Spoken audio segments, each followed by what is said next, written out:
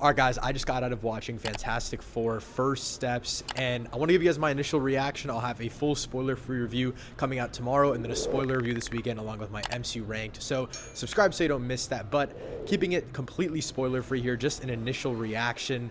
I like this one a lot, but it didn't necessarily meet my expectations. I will say my expectations were insanely high. I expected this to be a top 5 MCU movie, and it's nowhere near that in my opinion, but it does work as a somewhat Elseworlds project for the MCU. It works in creating its own world, building out these characters that we know and we love, and I think it definitely distinguishes itself from the other variants of Fantastic Four that we've seen in the past, but I don't think that emotionally it connected with me enough just because this strays so far away from an origin story. But I still think at the end of the day, it is a very, very fun and comic book like MCU movie, which is something that I've been wanting for a really, really long time. I think at the end of the day, I still enjoyed this project a lot, and I think it's really, really unique compared to other things that the MCU has done.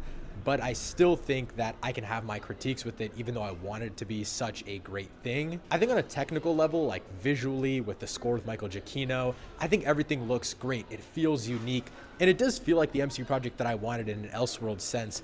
But again, it just lacks a lot of emotional depth and I guess like thematic heft to me.